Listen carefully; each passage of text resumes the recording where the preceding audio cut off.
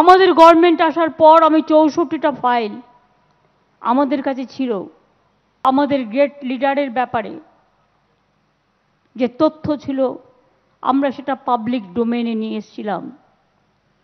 এই বিজেপি সরকার ক্ষমতায় যখন আসেনি বলেছিল আমরা এর রহস্য উদ্ঘাটন করব, তারপর সব হয়ে যায়, নেতাজিকে ভুলে যায়। নেতাজি সুভাষচন্দ্র বসুকে যদি কেউ রেসপেক্ট দিয়ে থাকেন নরেন্দ্র মোদী দিয়েছেন।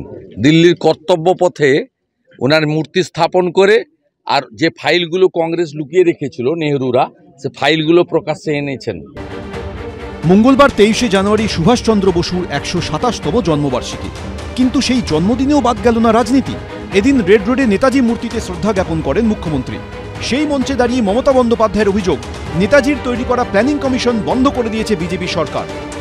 নেতাজি একটা পোর্ট আর ডকের নাম ছিল, সেটাকেও চেঞ্জ করে দেওয়া হয়েছে, প্ল্যানিং কমিশন তুলে দেওয়া হয়েছে। কোনো প্ল্যান নেই দেশের জন্য, প্ল্যানিং একটাই, প্ল্যানিংটা কিলিংয়ে চলে গেছে, প্ল্যানিংটা হেট্রেড পলিটিক্সের মধ্যে চলে গেছে। সুভাষচন্দ্র বসুর জন্মবার্ষিকী উপলক্ষে এদিন সকালে কলকাতায় মিছিল করেন শুভেন্দু অধিকারী। ধর্মতলায় ডোরিনা ক্রসিং থেকে শুরু হয় মিছিল, শেষ হয় রেড রোডে নেতাজি মূর্তির সামনে।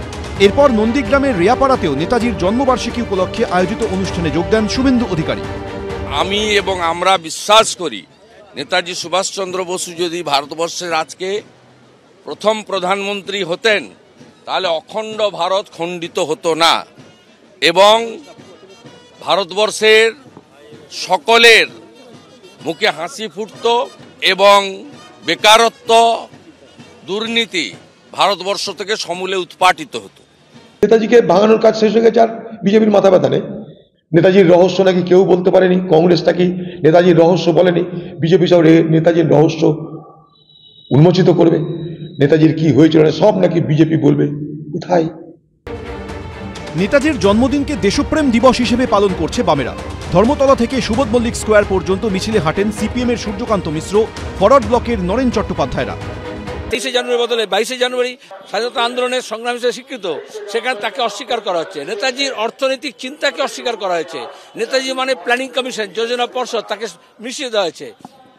সরকারের কাজ ছিল প্ল্যানিং করা, ডেভেলপমেন্ট করা, রোজগার, রুজি রুটি, শিক্ষা, স্বাস্থ্য, সড়ক ব্যবস্থা করা। তাহলে বলছে মন্দির ব্যবস্থা করো। আর মমতা ব্যানার্জি এগিয়ে গিয়ে বললেন তাহলে আমি মন্দিরে আছি, মসজিদে আছি, গির্জায় আছি, চর্চায় আছি, তার মানে ধর্মে আছি। উনি ধর্মেও আছেন, জিরাফেও আছেন। এদিন সকালে সংসদ ভবনে নেতাজি সুভাষচন্দ্র বসুর ছবিতে শ্রদ্ধা জ্ঞাপন করেন প্রধানমন্ত্রী। পুষ্পার্ঘ্য অর্পণ করেন লোকসভার স্পিকার ওম বিড়লা, কংগ্রেস সভাপতি মল্লিকার্জুন খাড়গে। নেতাজির জন্মবার্ষিকী উপলক্ষে এদিন সন্ধ্যায় লালকেল্লায় পরাক্রম দিবস পালন অনুষ্ঠানের আয়োজন করা হয়। সেখানে প্রধানমন্ত্রীর হাতেই ভারত পর্বের উদ্বোধন। 31শে জানুয়ারি পর্যন্ত পালন করা হবে ভারত পর্ব। রুমা পাল, আশাবুল হোসেন ও বিটন চক্রবর্তী, এবিপি আনন্দ।